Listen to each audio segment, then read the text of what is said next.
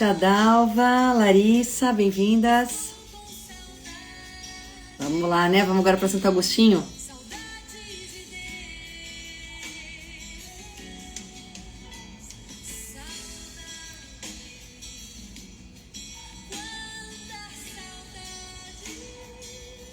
Vem, Maurício.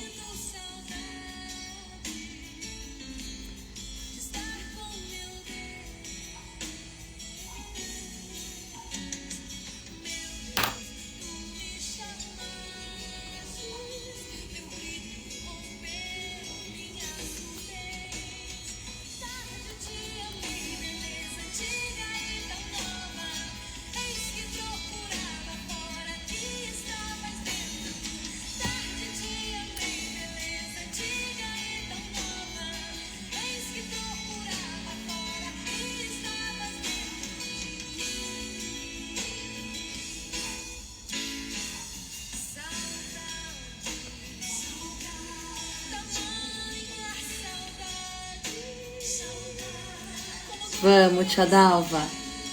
Com certeza. Oi, Sula. Deixa eu mandar aqui pro convitinho pro Frei.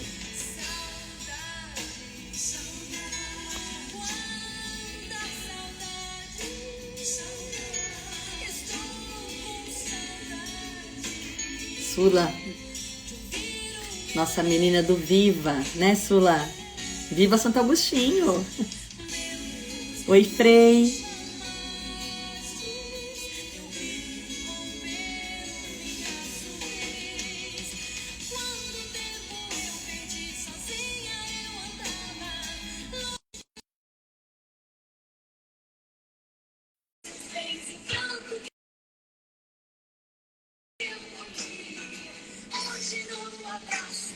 Vamos lá. Estamos aqui o nosso... Boa tarde. Com vocês? Graças a Deus, Frei. Achei uma outra música muito linda aqui, Tarde Da Celina Chamei, Borges, da exatamente. Celina É um Borges. outro clássico essa. Linda. É, muito linda, É hein? muito boa. Quantas músicas, né? Essa Inspiradas em Santo verdadeiramente um Agostinho. clássico também. Muito conhecido essa música. Nossa, Sim. vocês cantam aí também, é? E aí, Bonito. tudo bem com vocês? Como é que bom. passaram? Tudo, já estamos aqui todos. Eu te dava já falando, vamos nos deleitar com mais uma live de Santo Agostinho. Tá todo mundo já aqui esperando essas palavras tão lindas. Muito bem. Estou bem. E o senhor está bem também? Bem, graças a Deus. Uma boa sexta-feira. Sexta-feira é sempre cansativo, né? Porque acumula muitas coisas. Semana foi bem corrida aqui, bem cheia também, né? Faculdade, as coisas e tal, mas estamos indo devagar, né? Tentando. Exatamente. Isso, o importante é não parar, né, Frei? Missão. Bom, então vamos lá, né? Vamos lá. Vamos ouvir, vamos concluir essas primeiras lives sobre Santo Agostinho, gente, já combinado aí com o Frei, né? Ao vivo, que marcaremos outras aí ao longo do ano, para a gente continuar degustando das confissões aqui com esse guia tão querido que Deus nos enviou, então, que é o Frei Mário. Vocês lembram que ontem nós analisávamos e líamos algumas passagens do terceiro livro das Confissões, né? Um livro interessante porque começa falando de um Agostinho que queria amor, um Agostinho ávido por amor, por ser reconhecido, um Agostinho que fez as experiências, como ele mesmo diz, se esparramou nas coisas, né? Fez tudo o que ele tinha que fazer, né?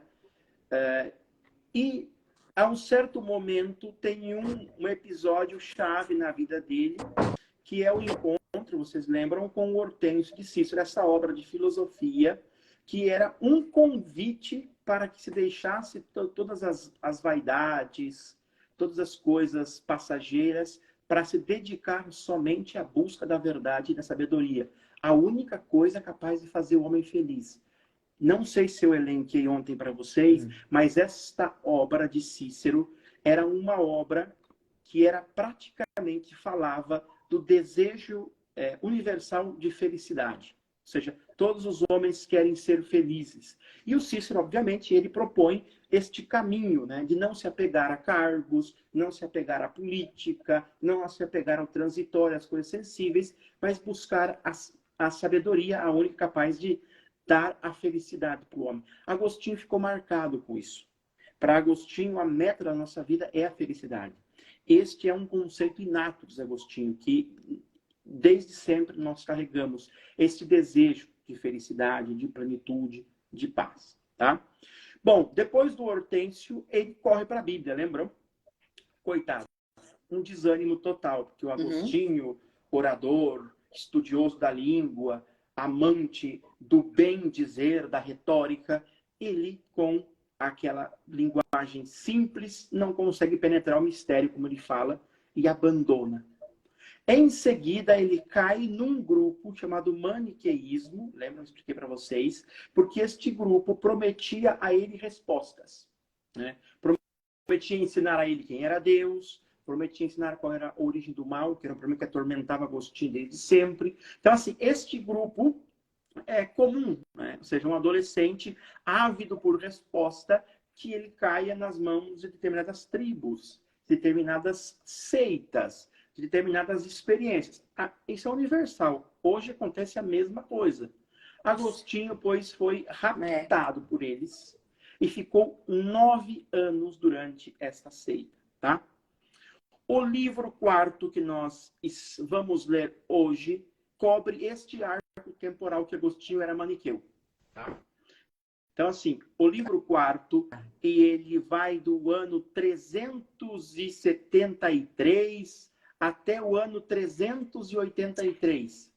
Ou seja, quase 9 anos aí que Agostinho ficou no maniqueísmo. Então, de 373 até 383, ele foi maniqueu, tá?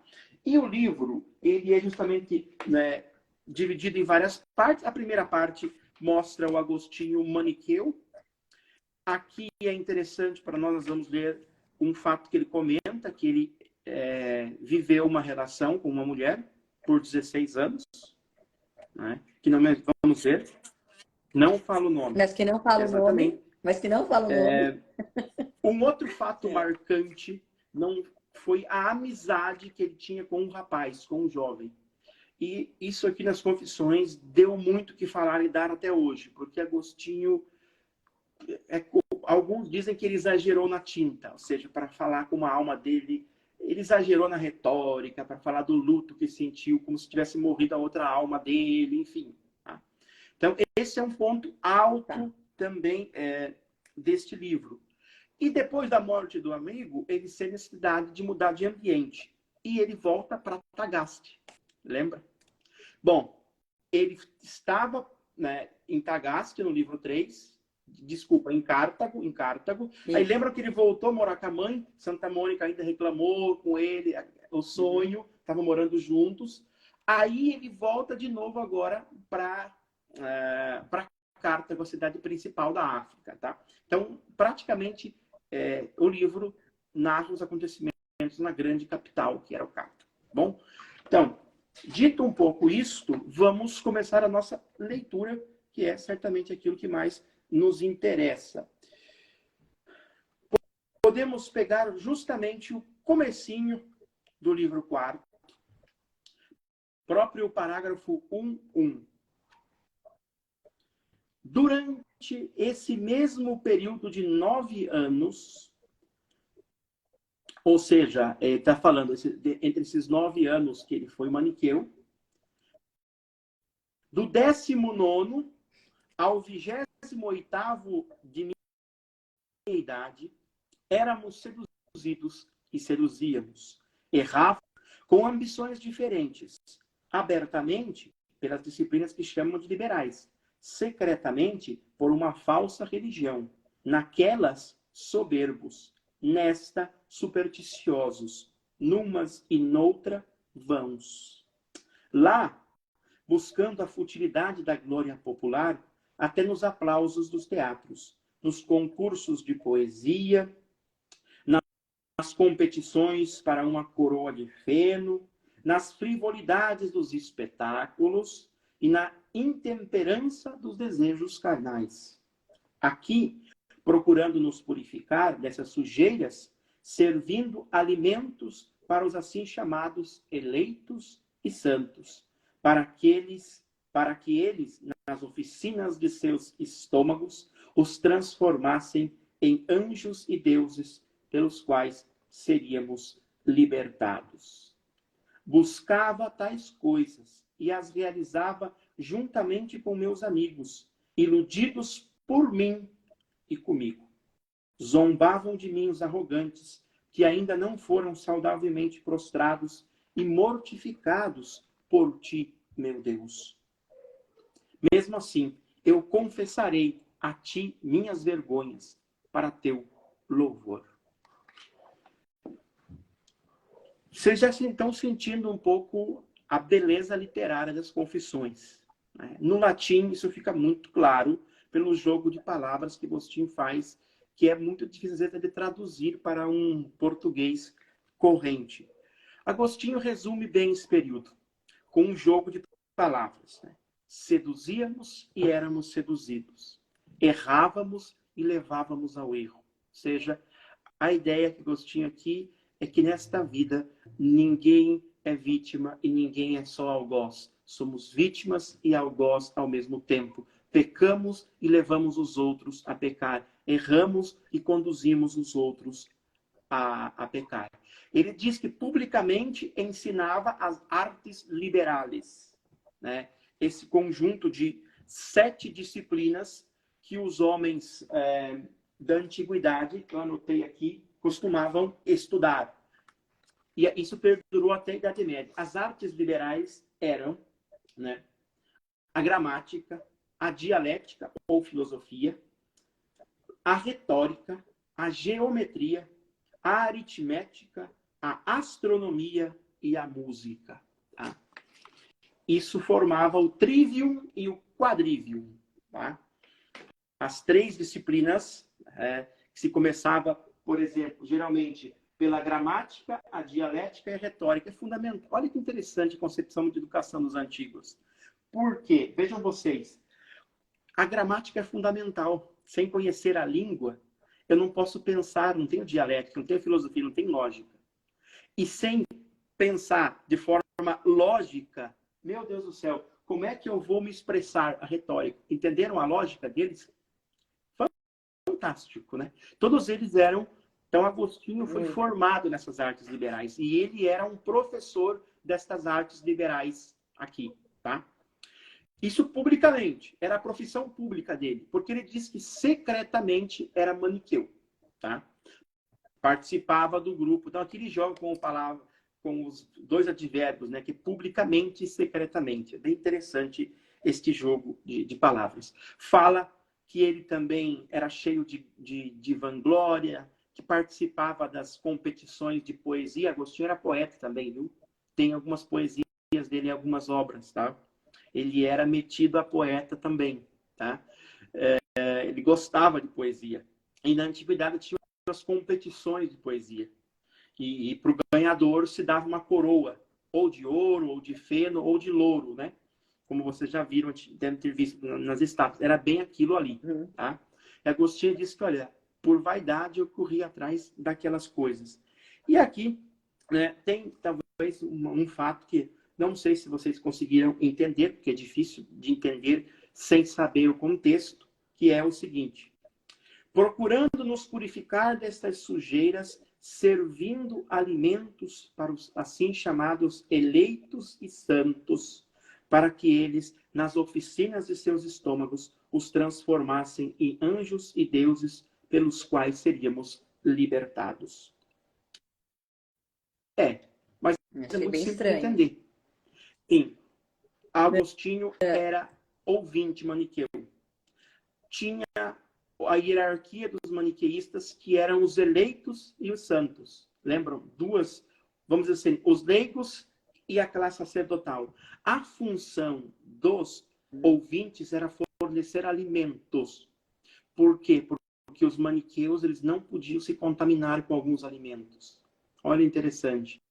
Lembra que eu falei para vocês que eles eram veganos, comiam só alguns vegetais, só vegetais brancos, porque lembra que o universo é uma mistura de trevas e luz, e que essa mistura se vê refletindo numa característica estética das coisas. E aqui é interessante a ideia como eles pensavam, ou seja, diziam que o branco tinha mais luz e o negro tinha mais treva. Olha o jeito que eles pensavam, ou seja, então por isso que a fumaça era associada ao mal, o lodo era associado ao mal, né?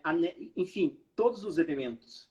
E o sol, a luz, era associado sempre ao Deus, né, da luz. Tá? Então era assim que eles faziam. E eles acreditavam que, olha que interessante, que através do processo digestivo, eles liberavam essas partículas de luz aprisionadas na matéria. Era isso, por isso que ele está falando aqui. Para que eles, nas oficinas, laboratórios de seus estômagos, os transformassem em anjos e luz pelos quais seríamos libertados. Então, essa é uma referência ao maniqueísmo, a uma prática do maniqueísmo. Tá? Então, que os eleitos eram os responsáveis de libertar, digamos assim, a luz aprisionada na matéria. E como é que eles faziam isso? Através de um processo estranho de digestão. Tá?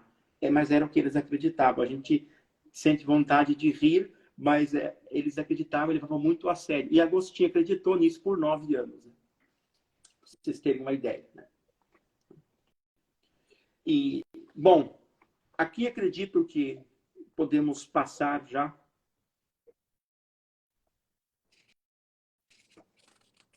Isso.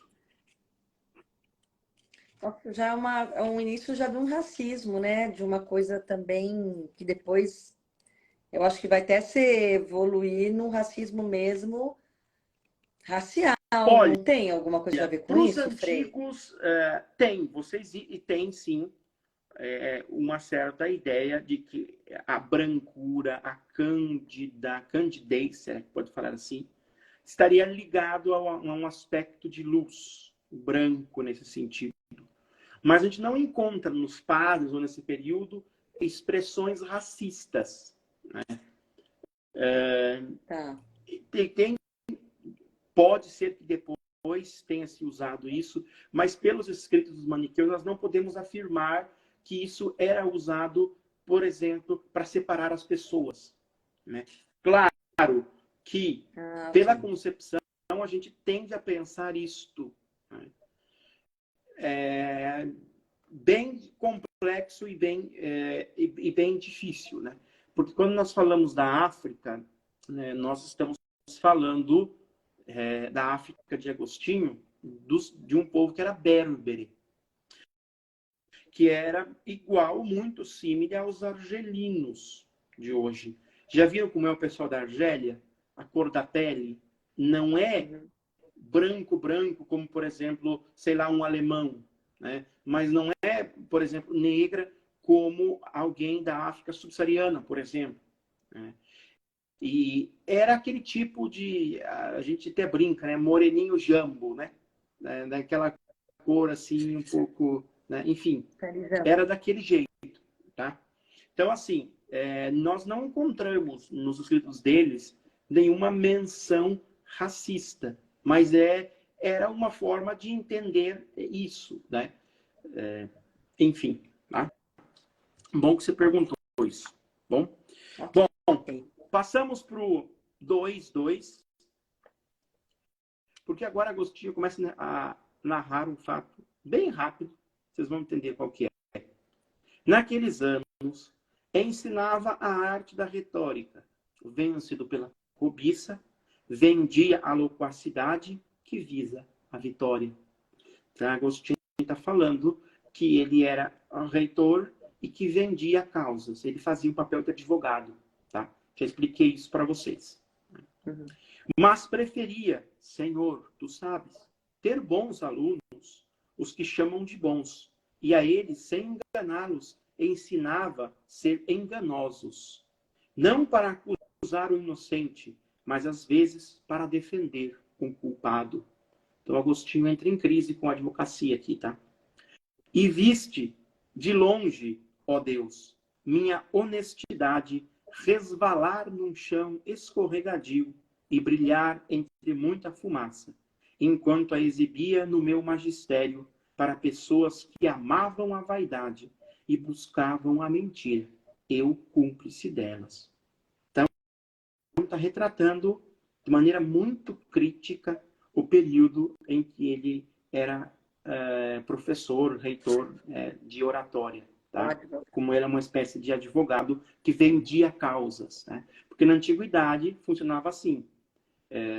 Tinha o direito, óbvio, um fato, só que geralmente o direito, só realmente uma nata que podia estudar direito. Porque geralmente ia para o Líbano estudar direito, ou vinha para Roma, o berço do direito. Era assim, uma parte ia estudar filosofia na Grécia, e outra parte ia estudar direito em Roma. Os ricos, os muito ricos que podiam se dar a esse luxo. Né? Então ele fala, interessante, né, que ele era um vendedor de palavras nessa época. Aí começa a narrativa interessante. Naqueles anos, tinha uma mulher não assumida pela união, que é chamada de legítima, mas conquistada por uma paixão erradia, incapaz de prudência. Apenas uma, no entanto, para a qual conservava a fidelidade do tálamo. Por isso, pude reconhecer com nitidez, por experiência própria, a diferença que passa entre o laço do contrato conjugal, estipulado para o fim da procriação, e o pacto de um amor libidinoso, no qual os filhos nascem contra a vontade dos pais, mesmo que uma vez nascidos, nos forcem a amá-los. Tá? Então, o Agostinho comenta de forma muito breve que nesse período que ele era maniqueu, teve uma mulher que ele não menciona o nome, se vocês imaginar por quê, para não expô-la. Ele não menciona o nome de vários personagens. Alguns estudiosos conjecturam que esta mulher dele, depois que foi, porque ele fala que foi tirada da mão dele. Tá? Entendeu? Um dos pecados dele era este. Porque para progredir socialmente, ele tinha que casar com uma mulher rica. E tinham arrumado uma moça de 12 anos para ele, uma criança, né? Que na antiguidade já era na idade núbil, né? Enfim, cultura bem diferente da nossa, né? Enfim, Agostinho fala que foi fiel a esta mulher, ou seja, que nunca a traiu, que a tinha como se fosse uma verdadeira esposa, né? E embora não fosse um matrimônio legítimo segundo as leis, né? Claro, aqui o Agostinho, o bispo do ano 400, está julgando o Agostinho jovem do ano 300 e alguma coisa, 376, por aí, entendeu? Então, o Agostinho, com 30 anos de atraso, está fazendo esse juízo, né, da vida dele. Por isso que eu falei para vocês que as confissões não importam o que ele narra. Não é importante os fatos. Nós ficamos curiosos com os fatos, mas é importante a intenção e o porquê Agostinho narra. Né? Esse que é o ponto, né, das confissões. Tá? Então, assim, esta mulher vai ficar 16 anos com ele, no sistema que chamava-se concubinato, que era tolerado pela igreja e pelo império, vamos dizer assim. Tá? E ele ficou 16 anos. E desta união nasceu um filho de 16 anos, chamado Adeodato. Por isso a referência aqui no final, né? Que os filhos nascem desta união libidinosa, nascem os filhos não planejados e que depois você é obrigado, forçado a amá-los, né? É duro como ele se exprime. É mais interessante que o Adeodato, o filho dele, morre com 16 anos. E Agostinho tem uma obra que ele escreveu com esse filho dele, que o filho dele é um dos personagens, chamado De Magistro, sobre o mestre. Tá? É uma obra de pedagogia, tá? Que Agostinho escreveu. Então, assim, aqui vimos um pouco deste período difícil da vida de Agostinho, dessa confissão, né, do pecado dele. Passamos um pouco mais à frente. no ponto 47. No de vocês na página 91, tá? Para quem tem a edição da capinha verde, tá? 47? Na verdade, página Aqui no 91. meu tá 98. 91, viu? E aqui tá 98, então eu errei. Frei, na minha. É 91, tá? Ah, mas peraí. Eu acho que eu tô... Peraí que eu tô pulando...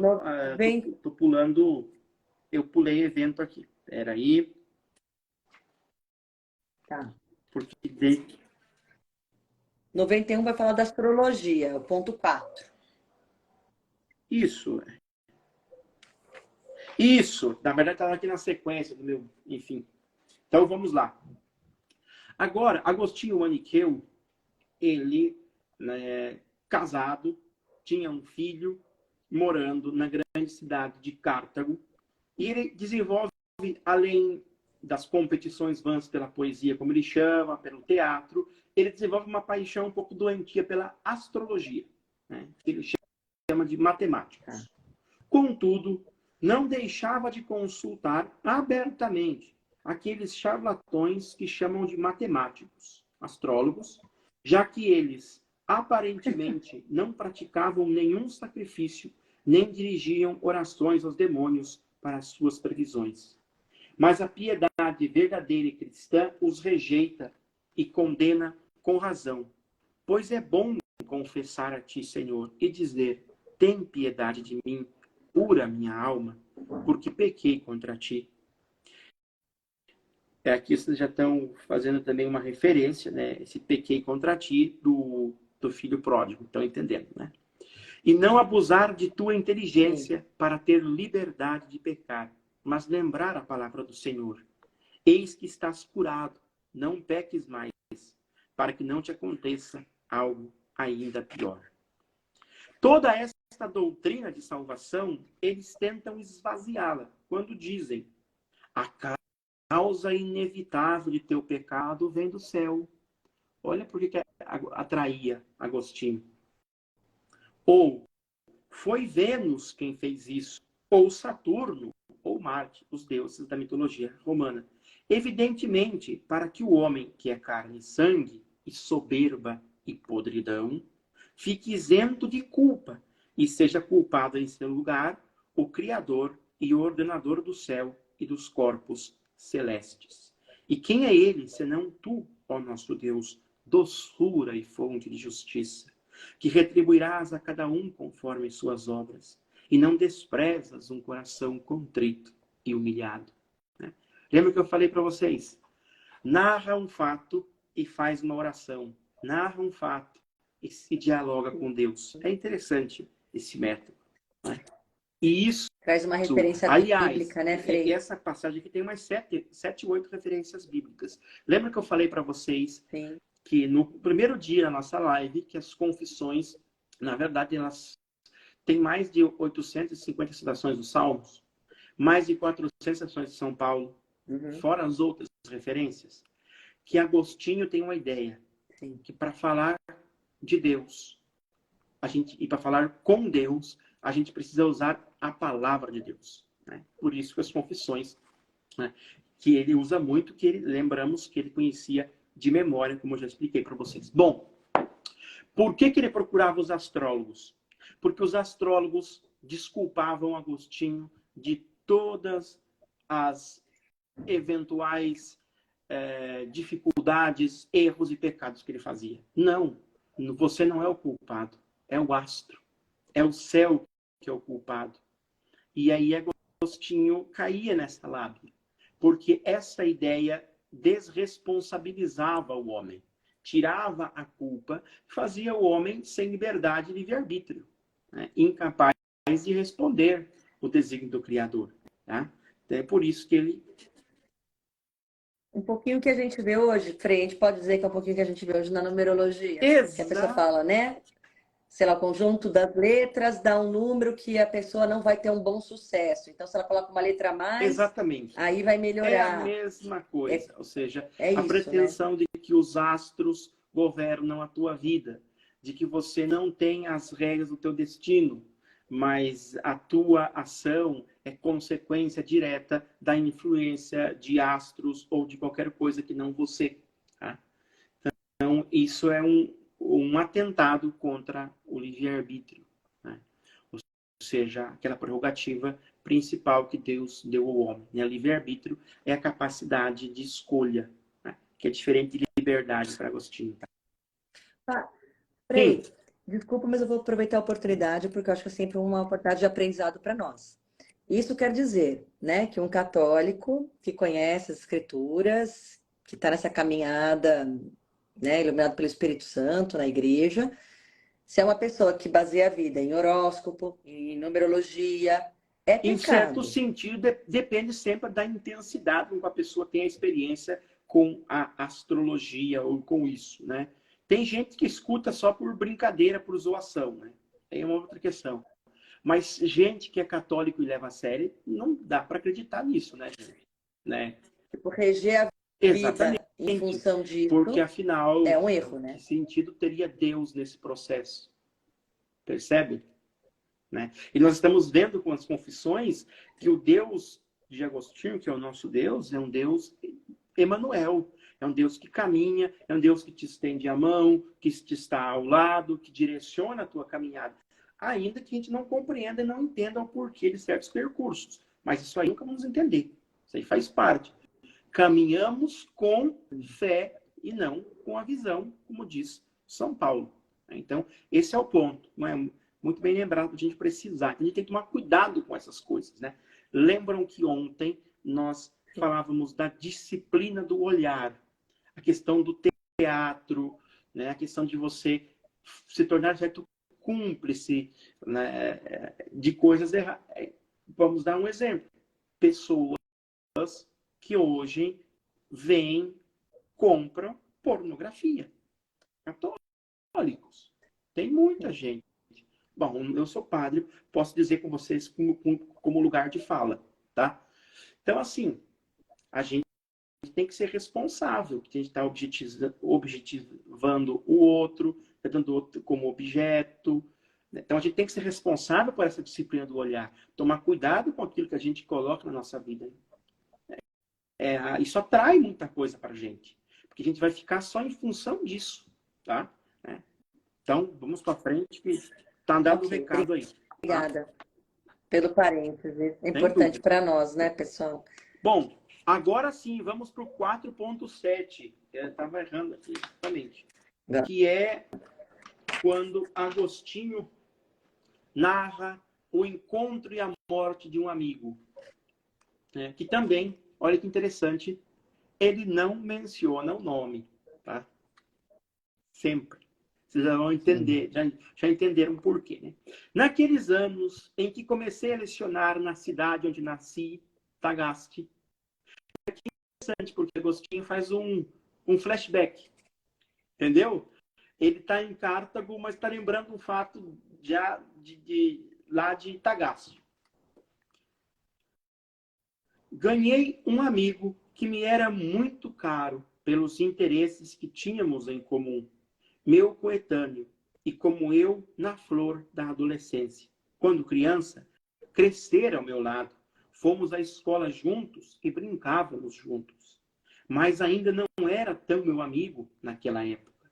Embora também não o fosse depois, no sentido da verdadeira amizade, que não é verdadeira, senão quando tu a estabeleces entre aqueles que aderem à caridade, derramada nos nossos corações pelo Espírito Santo que nos foi dado. Contudo, era muito doce essa amizade, cozida ao fogo de interesses semelhantes. De fato, eu o desviei da verdadeira fé, que ele, adolescente, ainda não conservava sincera e plenamente, para as fábulas supersticiosas e perniciosas pelas quais minha mãe chorava por mim. Aquele homem já errava juntamente comigo no espírito, e minha alma não podia ficar sem ele. E eis que tu, implacável no encalço de teus escravos fugitivos. Olha que interessante. A ideia do homem que quer fugir de Deus, mas Deus que o persegue, que está atrás, está no pé. Deus das vinganças e ao mesmo tempo fonte de misericórdia, que nos convertes a ti por meios admiráveis. Lembra? Deus nos converte a ele por meios admiráveis. Foi o que aconteceu com Agostinho. Eis que tiraste aquele homem desta vida, quando mal se encerrava um ano de amizade, suave para mim, mais do que todas as suavidades da vida de então. Bom, Agostinho fala deste amigo que se tornou muito caro para ele, que na época era uma verdadeira amizade, mas o Agostinho adulto, cristão, já diz que a verdadeira amizade só pode existir através do vínculo do Espírito Santo que nos foi dado no nosso coração. Então, Agostinho diz naquela época, não era uma verdadeira amizade. Tá? E Agostinho levou esse menino, esse rapaz, para o erro também junto com ele. Aliás, Agostinho levava a todos. Tinha uma capacidade, esse Agostinho, de seduzir. Lembra no começo? De arrastar junto, de levar ao erro incrível. Tanto é que ele levou muitos amigos do maniqueísmo, depois tirou muitos amigos do maniqueísmo. Tá? Tudo pelo poder, né, da persuasão que ele tinha. Tá? Mas acontece a morte deste amigo. Santo Agostinho, então, chora e faz umas reflexões muito amargas.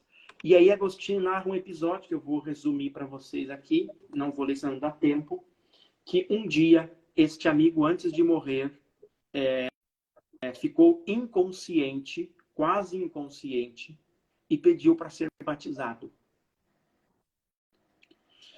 na Igreja Católica. E depois ele melhorou. Agostinho foi visitá-lo. E Agostinho começou a tirar sarro dele. Dizendo, olha aí, você está nessa superstição católica aí, ó, tomou a aguinha na cabeça, foi batizado. Agostinho narra, depois vocês leem sozinho, que este jovem o olhou com um olhar de desaprovação e disse, se queres ser meu amigo, não fale deste episódio comigo. Silenciou o Agostinho. Tá? Então, assim,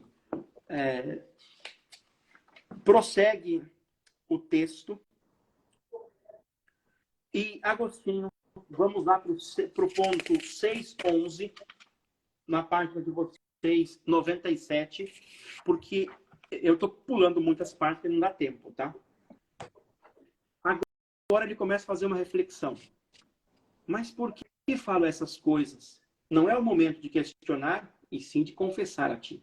Era infeliz, mas toda a alma tomada pela amizade das coisas mortais é infeliz. E se dilacera quando as perde, porque então percebe a infelicidade pela qual infeliz mesmo antes de perdê-las. Assim eu era naquele tempo. Chorava muito amargamente e repousava na amargura. A ideia do descansar na amargura. Era infeliz a esse ponto.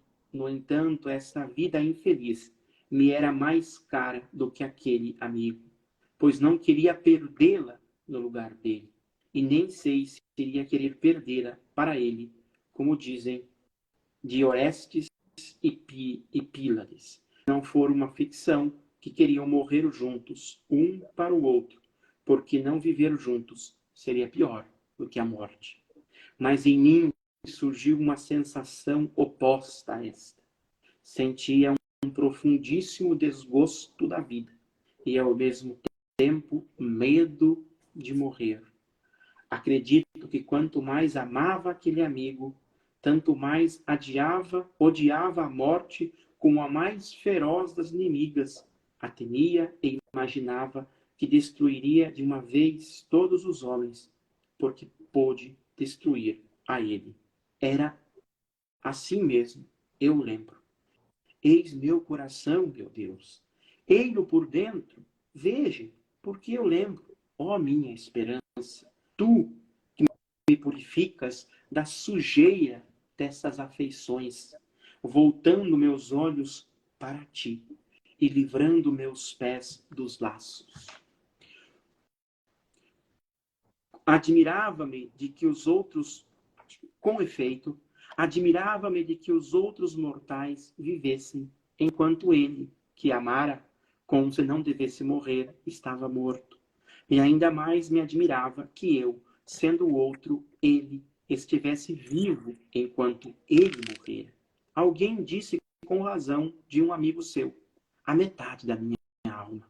De fato, sentia minha alma, e a alma dele como se fosse uma única alma em dois corpos. E por isso sentia horror à vida, porque não queria viver pela metade, mas por isso talvez tivesse medo de morrer, porque não queria que morresse inteiramente aquele que tanto amara. Então, o ponto alto deste livro é o episódio com este amigo. Vocês estão vendo o lirismo, a profundidade e a interessante reflexão que faz Agostinho sobre esta amizade. Agostinho amava esse rapaz. Aqui existe uma teoria, mas essa teoria ela não é muito, ela é descartável. Como assim, eu só estou comentando com vocês, que pode, quando vocês lerem, pode aparecer, que diz que aqui Agostinho está falando de uma relação homossexual que ele tinha, tá? Provavelmente... Para mim não Exatamente. ocorre isso para mim. Para mim é um grande amigo da infância e adolescência que a gente realmente se reconhece um. Esse é o ponto aqui. Agostinho pegou uma afeição tremenda a este amigo. Porque para os antigos, a amizade era fundamental. Talvez nem tanto para nós hoje, mas para os antigos, ela era importantíssima. E aí ele cita Cícero, que diz que um amigo é a metade da nossa alma. Uma coisa bonita. Né? E aí Agostinho diz, eu temia a morte, porque a morte ia me privar, inclusive, desta lembrança. Tá? Deste amigo. Então, Agostinho não quer que ele morra. Aqui, nós estamos num Agostinho jovem, que ainda não aprendeu aquilo que ele disse nos livros anteriores. Lembra do amor ordenado? Lembram que o livro 3 é a busca de amor? Uhum. A forma justa de amar? A maneira pela qual nós devemos amar as coisas? Nós vamos ver que Agostinho aqui chega, o Agostinho dos anos 400, que escreve as Confissões, ele chega neste fato. Tá? Né, o pessoal está comentando aí, sim, na verdade, essa é uma teoria de uma pessoa, né, que talvez quando vocês escutem por aí, geralmente é uma teoria vinculada em ambientes geralmente contrários à igreja, que querem denegrir a imagem de Agostinho, ou seja, essa ideia de uma relação homossexual, entendeu? O ponto não é esse. Mas porque até ele fala, né, padre, que Frei Mário, ele até fala que amava tanto pelos mesmos interesses. Uma das definições, de busca intelectual clássicas de amizade claro, amar as mesmas coisas e odiar as mesmas coisas. Essa é uma definição clássica de amizade. Tá? Então, aqui, este amigo desencadeia uma angústia, a morte. Né? Essa é uma página de filosofia existencialista. Ou seja, Agostinho percebe a corrupção das criaturas. Percebe que nós nascemos, crescemos, nos reproduzimos e morremos. Nós somos finitos. E qual que é o problema aqui? É colocar nossa esperança nestes seres. É a reflexão de Agostinho.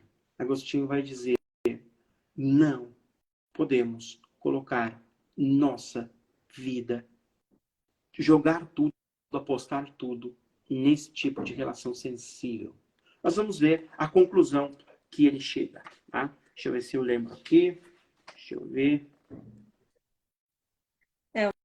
chamado para nós até na nossa relação pessoal mesmo com aqueles que nós mais amamos, né? Mãe, pai, marido, filhos. A gente não pode pôr toda a nossa esperança, a nossa Exatamente, alegria numa exatamente. pessoa que realmente é Exatamente. E nós perecível, né? vamos ver Vai a partir. diferença, como Agostinho chora este amigo, como ele chora este amigo antes da conversão e como ele chora a Santa Mônica depois. Com Santa Mônica ele não chora praticamente, É, porque ele já entende, né, o significado da morte, entendida de modo cristã, como passagem, como comunhão plena, definitiva com Deus, com Cristo. Então, Agostinho entende. Assim, é que a Bíblia, para Agostinho, é uma verdadeira terapia dos afetos. A Bíblia ensina o homem a cuidar dos seus afetos. A terapêutica dos afetos. Entendeu? Ajuda o homem a ordenar os afetos. Ajuda com que a gente ordene os nossos amores. Para amar aquilo que deve ser amado e não amar aquilo que não deve ser amado. Né? Amar, o problema nosso hoje é que nós amamos as coisas que não devem ser amadas e usamos, né, das pessoas. Ou seja, a gente inverte tudo. Né? Tá? Bom, vamos lá para frente. Tem mais umas 2 passagens aqui para ler com vocês. Como estamos no tempo? Estamos... Tá. tudo bem, temos Tá. normal, temos mais uns 15 minutos, mas o senhor falou que Bom. hoje se precisa passar um pouquinho, Então tá vamos tudo lá bem. para o número, parágrafo 9 e 14. Só seguir aqui de vocês, 14, a de vocês, a página 100, tá? Ou se não, acompanhem na minha leitura aqui. A reflexão de Agostinho é a seguinte. Olha como ele já está com uma reflexão integrada aqui, diferente. O parágrafo diz mais ou menos assim. Feliz é quem ama o amigo em ti. Tá? Isso é que amamos nos amigos. Isso é muito bonito, essa passagem.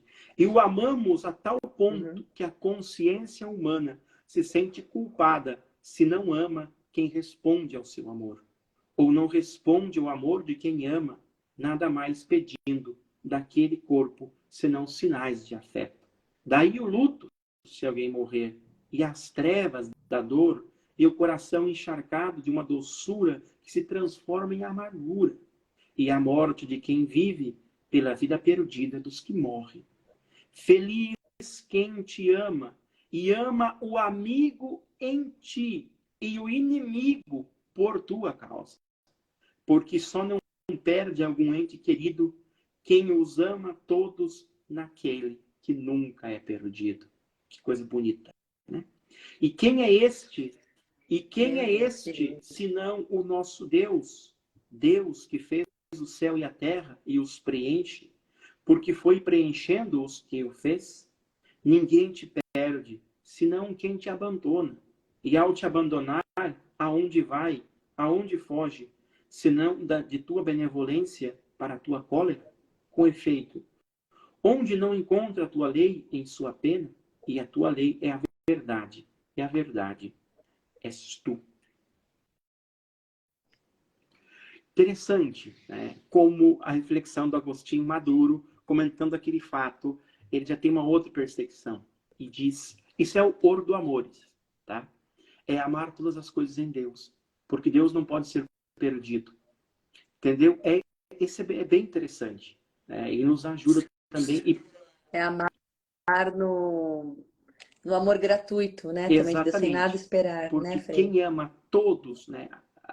Ou seja, o laço, vamos dizer assim, o elemento aglutinador da relação tem que ser Deus. Por isso que Agostinho antes ele diz, né, que a verdadeira amizade é dada pelo Espírito Santo que foi derramado no nosso coração. O vínculo verdadeiro é a caridade.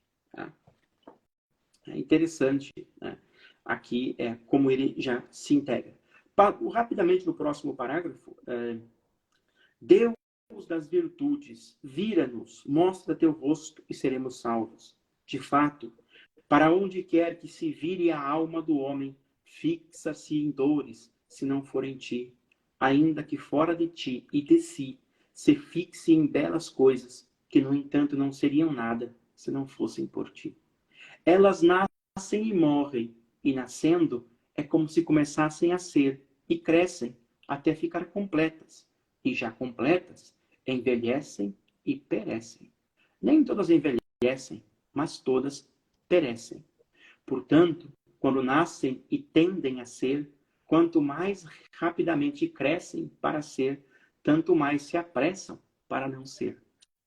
Vocês entenderam o jogo de palavras? Que coisa bonita. Para dizer assim, que a vida do homem é uma vida morrente. Para brincar com a palavra.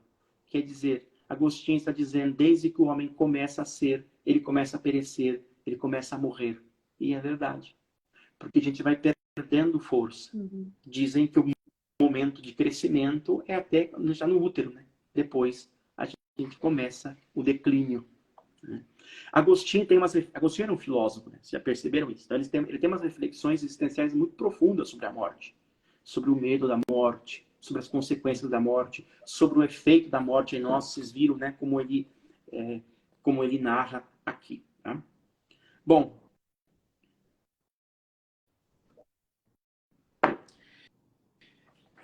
aqui gostaria de comentar isso aqui com vocês. De fato, para onde quer que se vire a alma do homem, fixa-se em dores, se não for em ti. Lembra o problema da estabilidade? O amor quer saciar-se, o amor quer plenitude, o amor quer a saciedade do coração inquieto.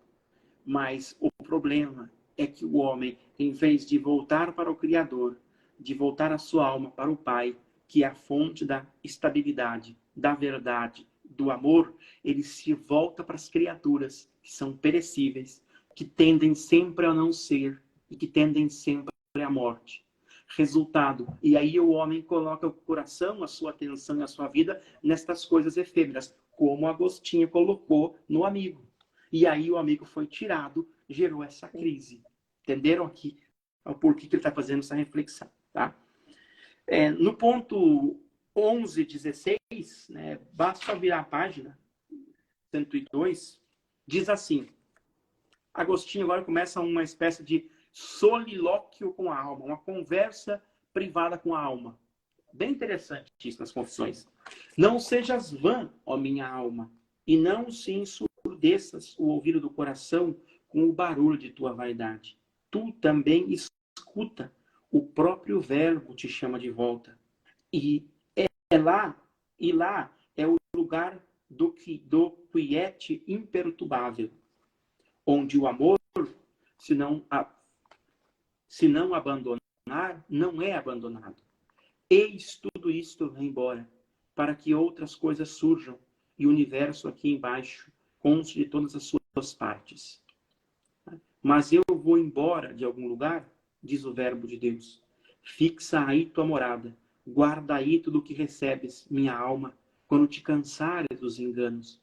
Guarda na verdade tudo o que recebes da verdade, e nada perderás. E tuas putrefações serão saradas, e tuas enfermidades serão curadas. E o que escorre de ti será recomposto e renovado e reunido a ti. E o que se vai não te deixará, mas estará contigo e permanecerá em Deus, que está sempre e permanece. A reflexão aqui é profunda e é bonita. A ideia de guardar na verdade, conservar na verdade todas essas coisas, porque somente ali nós não vamos nos perder. Aqui o verbo técnico de Agostinho é conversio, é a conversão, que aparece no texto original. E aqui é interessante, que talvez eu precise entender explicar para vocês um aspecto da espiritualidade agostiniana. Quando Agostinho comenta a Gênesis, ele diz o seguinte: Deus diz que todas as criaturas estavam informes, certo? Elas adquirem forma quando elas se voltam para o verbo, porque a criação é obra trinitária, é do Pai, do Filho e do Espírito Santo. Por que Agostinho está falando essa reflexão? Porque ele vai usar isso para a vida toda depois. Quer dizer, para que o homem tenha estabilidade, não se perca e não perda aquilo que ama, ele deve estar sempre fixado, voltado para o verbo eterno. É como se a nossa vida tivesse que viver sempre nesse giro, em direção ao verbo, para ter ser, para ter força, para ter potência. Tá? Por isso que a contemplação para Agostinho é importante. A meditação, o fixar os nossos olhos no Verbo eterno, na eternidade. Então, Agostinho trabalha muito com essa categoria, o mutável e o imutável. Né? Aqui, Agostinho diz, tudo é dor, tudo é impermanência, tudo passa, tudo cambia. Né? Lá é a eternidade. Lá é a nossa morada. Lá é a estabilidade. Aqui nós somos tentados. Aqui nós sofremos. Aqui nós perdemos o ser. Aqui nós morremos. Por isso que nós temos que fazer o passo para lá. Mas Agostinho se pergunta, como é que nós podemos sair do mundo da impermanência, do mundo sensível e ir para o mundo de Deus? Sozinho, diz, não podemos fazer essa passagem. É preciso que o Verbo de Deus venha. E é preciso que todos nós subamos na cruz de Cristo para atravessar o mar da vida. Porque o mar é símbolo de instabilidade. O mar é símbolo do mundo. De uma coisa que não tem solidez. Lembram das metáforas do segundo livro? Agostinho aqui não tem solidez. A mesma coisa.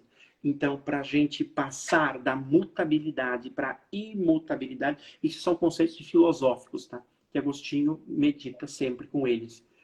Só que aí ele insere Cristo no meio. Porque nós não podemos fazer essa passagem sozinhos. Só indo para Cristo. Por quê? Quem que é Cristo? Cristo é o eterno que vem para o tempo. Vocês entenderam por quê? Por isso que ele é o perfeito mediador para Agostinho. E porque ele é homem e ele é Deus. Então, ele pode nos levar para lá. É único. Tá? Bom. Bom, vamos ler uma última passagem do parágrafo 12, 18, que é uma espécie de exortação de Agostinho. 12, 18, próprio na página 103. Tá? Parágrafo 18. Ô, Frei, só uma coisa também, lembra um pouquinho também os dizeres de Santa Teresa d'Ávila, né? Tudo passa, a paciência tudo alcança, sabe só quem Deus que basta, Teresa né? d'Ávila leu? Ele leu as Confissões de Santo Agostinho. Então. Depois pegue na internet o testemunho que ela fala, por exemplo, das Confissões de Santo Agostinho. Interessante. Ótimo, bom, vamos lá. Se os corpos te agradam, louva a Deus por eles e dirige teu amor para o artífice deles, para que não desagrades nas coisas que te agradam. Se as almas agradam, que não sejam... Se as almas agradam, que sejam amadas em Deus, porque elas também são mutáveis e se fixam nele estavelmente. Tudo que estava falando aqui. De outra maneira, irão e perecerão. Olha o resumo. Que sejam amadas nele. Então, e arrasta contigo para ele quantas pessoas, e dize a elas, amemo-nos aqui. Ele fez essas coisas e não está longe, pois não as fez e foi embora. Derivam dele e estão nele. Eis, onde está? Onde saboreamos a verdade? Está no fundo do coração, mas o coração se desgarrou dele. Voltai, prevaricadores, ao coração, e juntai-vos àquele que vos fez. Ficai nele e permanecereis estáveis. Repousai nele e encontrareis a quietude. Faça uma ligação com Confissões 1:1. Lembram? O drama do coração inquieto, da inquietude. Como é que o homem pode conseguir a quietude, a paz, a tranquilidade? Permanecendo. Esse é o verbo-chave, é bíblico, né? São João. Permanecei no meu amor, como eu permaneço no amor do Pai. O permanecer para Agostinho aqui é permanecer na estabilidade de Deus. Né? A reflexão se encadeou tudo por causa da morte do amigo, né? Como vocês estão vendo. Tá? É interessante, né? Então, ficai nele e permanecereis estáveis. Repousai nele e encontrareis a quietude.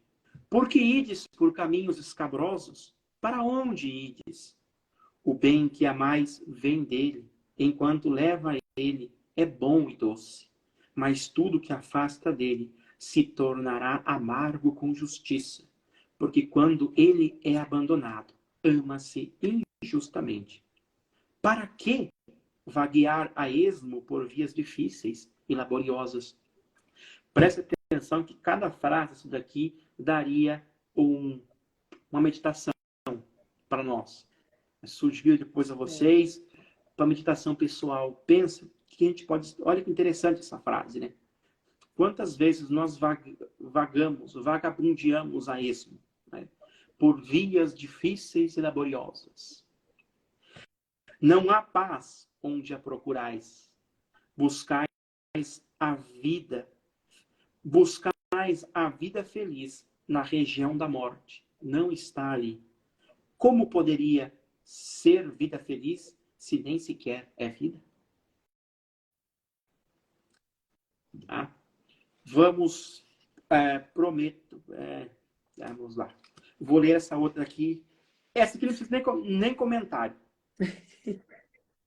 Ô, Frei, só para eu entender, ele quer dizer que se a gente ama alguém não amando essa pessoa em Deus, esse amor é injusto. A gente só pode realmente amar alguém se a gente o ama em Deus, porque Deus o criou. Então, tipo, ele legitima esse amor. É essa a reflexão de Agostinho.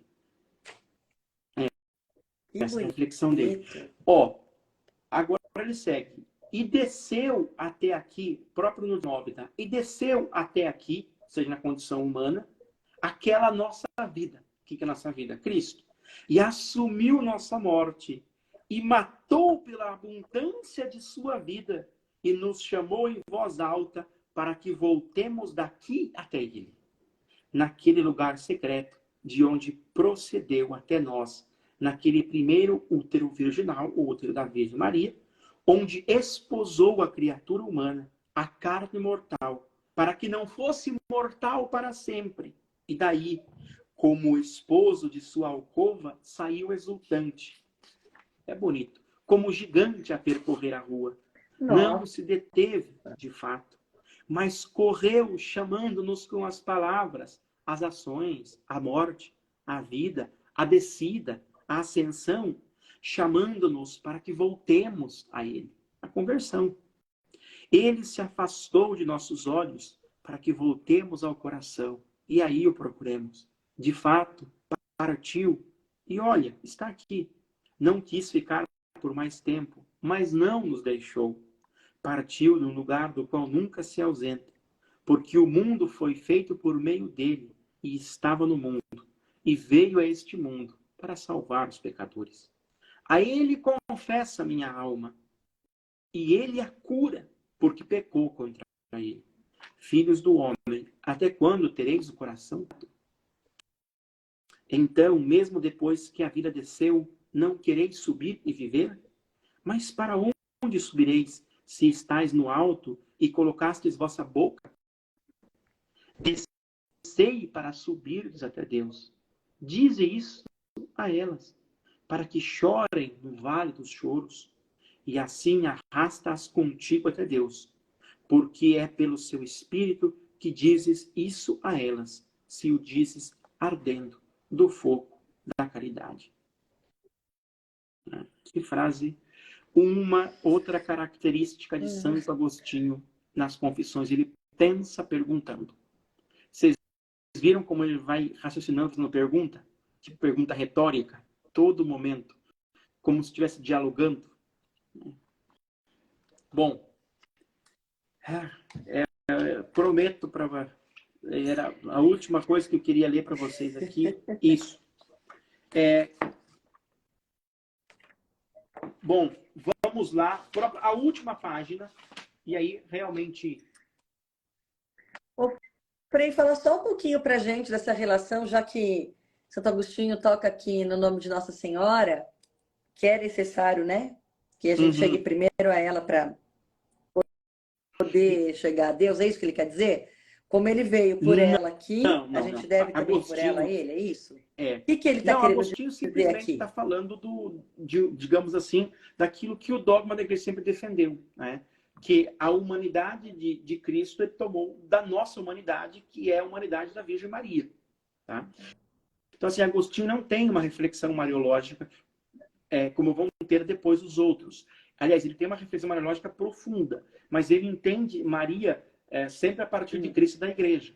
Tá? Então, assim, Maria não se encontra em Agostinho, por exemplo, textos que falem de devoção a Maria. Entenderam? Então, assim, o pensamento de Agostinho é totalmente cristológico, cristocêntrico. Tá? Mesmo assim, um dia a gente pode conversar sobre isso. Acho que eu não falei com você sobre a Mariologia de Agostinho, ou não foi em algum outro? Ainda não. Tá, Mas então vamos marcar, eu acho que ia ser bem interessante. Isso, tá? Então, as várias ideias que ele tem sobre Maria. Tá? Aqui, simplesmente, ele diz que Jesus veio através de Maria para que essa natureza humana, mortal, tornasse-se mortal. Exatamente. Assumiu carne. Assumiu a carne tem de Maria. a teologia tradicional, né? Ou seja, por que Cristo veio? Para nos divinizar. Tá? Mas a gente conversa um dia disso, um dia para sobre que essa isso. Carne e eu gostaria de terminar com vocês rezando. Mas não com as minhas palavras, mas com as palavras de Santo Agostinho. É que isso, lá na página 113 de vocês, no segundo parágrafo, onde diz Senhor nosso Deus para vocês, tá? É uma oração. Agostinho, lembra que eu falei para vocês? Agostinho geralmente termina e começa cada livro com uma oração, além daquelas orações que ele vai inserindo no meio. Tá? Aqui é a mesma coisa. É bonito isso daqui, é muito bonito. Ó Senhor nosso Deus, esperemos à sombra de tuas asas, protege-nos e carrega-nos. Tu nos carregarás, desde crianças até os cabelos brancos, tu nos carregarás. Porque quando tu és nossa firmeza, então ela é firmeza. Mas quando ela é nossa, é enfermidade. O nosso bem vive sempre em ti, e é por aversão a ele que somos perversos. Revertamos agora, Senhor, para que não nos subvertermos, porque nosso bem vive em ti, sem nenhuma falha, porque és tu mesmo, e não temamos que não haja para onde voltar, por termos caído de lá. Não cai em nossa ausência, nossa casa, tua eternidade. Amém? Amém. Então, se foi uma oração de Santo Agostinho. E terminamos, hoje nós fomos bem um pouco avante no tempo, mas o importante é que nós conseguimos terminar o livro 4. Faltam o livro 5, 6, 7, 8, 9, 10 e os outros. Tá? Vamos fazer. Vamos combinando. Não é cansativo para mim, porque leitura e interpretação do texto. Tá? Então a gente combina logo para a gente voltar com os outros livros, né? Então, assim, já falei para vocês, né? Tá. Se alguém depois quiser... tem várias edições das Confissões. Vão achar umas 15 ou 20. Né? Deve ter uma da Biblioteca Católica também, deve ter umas que eles fizeram, mas eu não conheço, então eu não posso... Vou buscar a portuguesa, viu, Frei? Vou buscar a portuguesa para nós. A portuguesa tem na internet disponível o livro 7º, 10º e o 11. Tá? Mas a portuguesa é muito boa. Eu acho a melhor que tem. Tá? Essa daqui é mais literal. Né? Essa daqui é mais livre. Vocês perceberam na tradução. Né? Mas eu gosto da mais literal para a gente sentir aquilo que talvez foi o pensamento mais próximo do autor. Tá? E lembrem-se, As Confissões é um livro para ser estudado, mas para rezar também.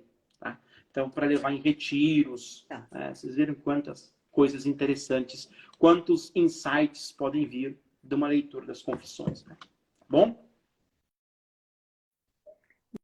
Muito bom, Frei. Então, vamos terminar de ler juntos, se Deus quiser. Vamos marcando essas lives. Queremos muito saber da espiritualidade mariana dentro dos agostinianos. Até porque eu sei que a história é linda de Nossa Senhora da Correia. Então, vamos entender tudo isso, né? E vamos ter a oportunidade, então, de falarmos muito mais aqui, né? Junto com esse grande santo. Que o Senhor, né?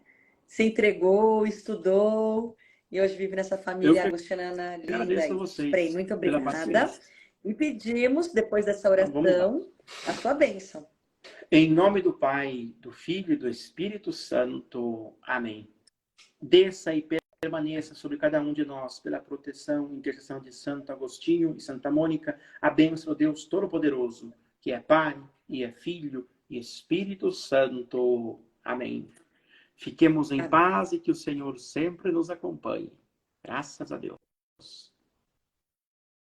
Amém, Frei. Boa noite. Uma boa noite, um bom final de semana. E como diz o padre Xixito, que também fez essas lives aqui conosco, ele sempre termina dizendo, né? Exatamente. Nos unimos na Eucaristia. Isso mesmo. Tá bom? Amém. Tchau, gente. Tchau, Frei. Tchau, pessoal. Obrigada. Até a próxima de novo. Tá bom? Fique com Deus. Combinado, que seja breve. Tchau.